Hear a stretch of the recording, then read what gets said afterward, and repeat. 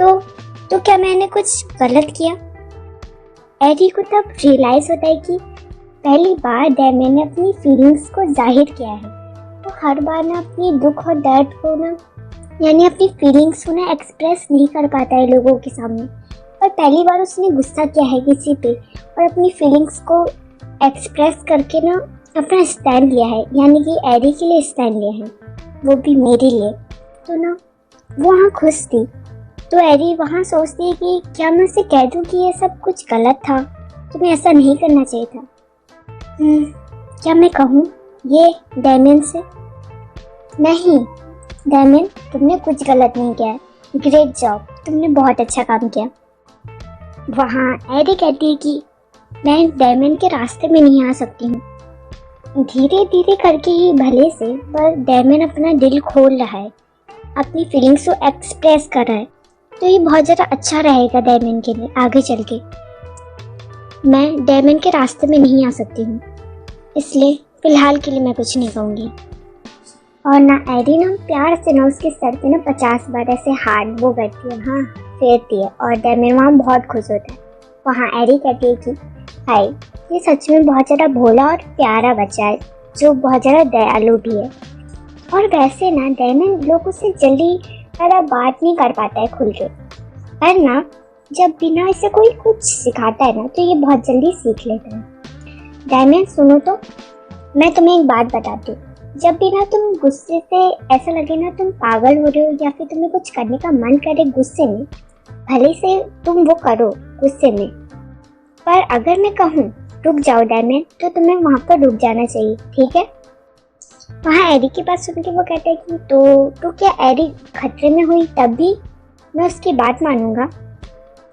वहाँ एडी कहती है कि मैं खतरे में नहीं जाऊंगी, नहीं पड़ूंगी मतलब, और अगर मैं किसी खतरे में पड़ भी गई ना तो मैं खुद ही बाहर निकल जाऊंगी, समझे? जहाँ पे वो कहते हैं हाँ ठीक है मैं समझ गया।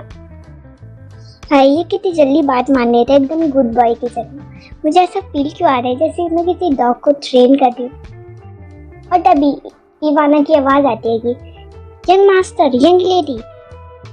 वहाँ पर दिखाया जाता है कि इवाना भागते हुए आ रही है और उसे बहुत ज़्यादा चिंता हो रही थी। वहाँ एडी ये सब देखकर कहती है कि हाँ शायद इसे कुछ उस अरमादा ने कहा होगा। मिस एडी और यंग मास्टर, क्या आप लोग ठीक हैं? जब मैंने सुना कि अमादा आपसे मिले थे तो मैं कितना ज़्यादा घबरा गई थी। क्या आप उनकी पत्नी से मिले थे? वो बहुत ज़्यादा गुस्से में थे। मेरी सलाह है कि यंग मास्टर और यंग लेडी, आप दोनों के लिए, अगर आप उनकी पत्नी यानी कि वाइफ से मिले ना तो उनसे थोड़ी दूरी बनाए रखें। और वो दोनों पूछते हैं कि ऐसा क्यों? तो वहाँ पर वो मेड बताती है इवाना की उनको एक बहुत ज़्यादा अजीब सी बीमारी है जिसमें उनकी याददाश्त चली जाती है और वो एकदम छोटी बच्ची की तरह बिहेव करने लगती है। और जब वो ऐसा करती है ना तो ना वो कुछ भी कर सकती है किसी के साथ भी। तो मैं ऐसा सोच ही नहीं सकती कि आपके साथ कुछ हो जाए। और वहाँ एडी सोचती है कि अच्छा तो ये कारण है कि वो किसी बच्चे को अडॉप्ट नहीं करना चाहती। तो इवाना, क्या तुम्हें पता है कि ये बीमारी उन्हें कब से है?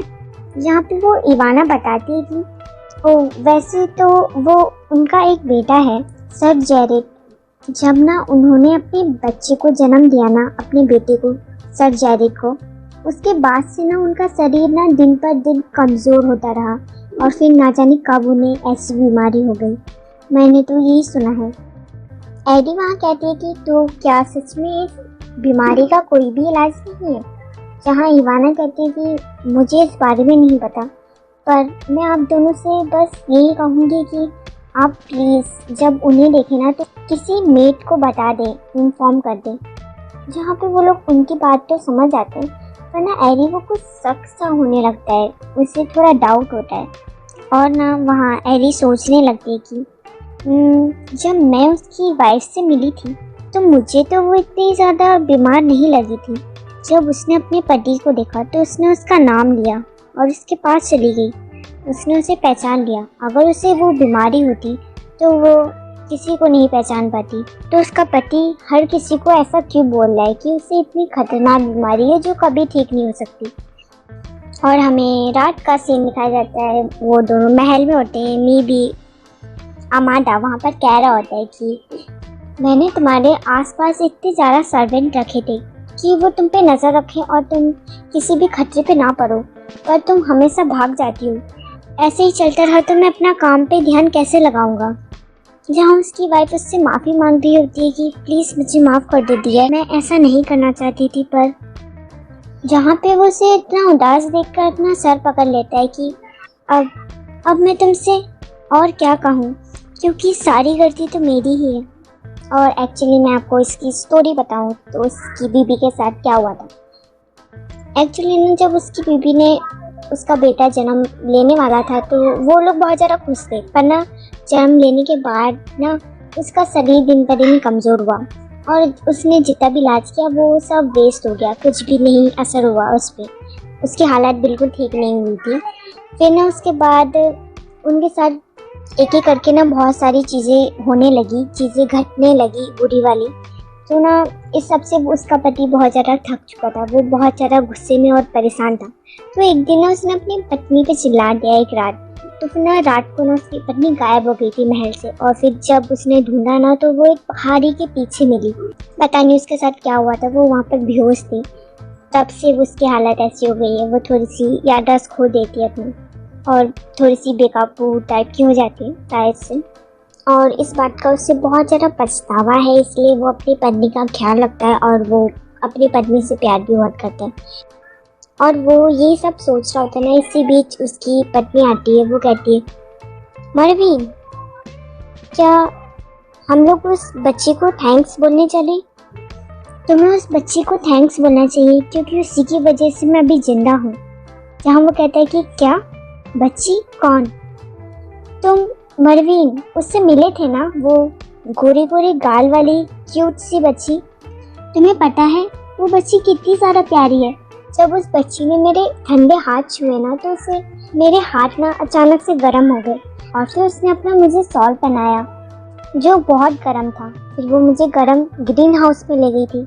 अगर वो बच्ची नहीं होती ना तो सच में मैं ना भी बर्फ़ में जमी होती।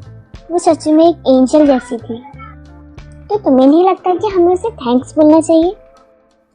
जहाँ पे वो हैरान था कि अपनी बीवी को वो हंसते हुए देख रहा था, स्माइल करते हुए। आखिरी बार उसने बहुत टाइम पहले देखा था, बहुत सालों पहले। वो वहाँ खुश था। वहाँ पर वो कहती है कि तो कल हम चलें, क्या तुम मेरे साथ चलोगे उस बच्चे को सॉरी और थैंक्स कहने के लिए? वो उसे हाँ बोल देता है कि हाँ हम चलेंगे। पर वो सोच रहा होता है कि मैं तुम्हें कैसे बताऊं, वो बच्ची बस तुम्हारा फ़ायदा उठा रही है। वो तुम्हारे साथ इसलिए अच्छे से थी क्योंकि वो चाहती है कि हम उसे अडॉप्ट कर लें। और वैसे भी मैंने कुछ ज़्यादा ही बुरी तरह से बात की, ना जाने वो कैसा रिएक्ट करेगी।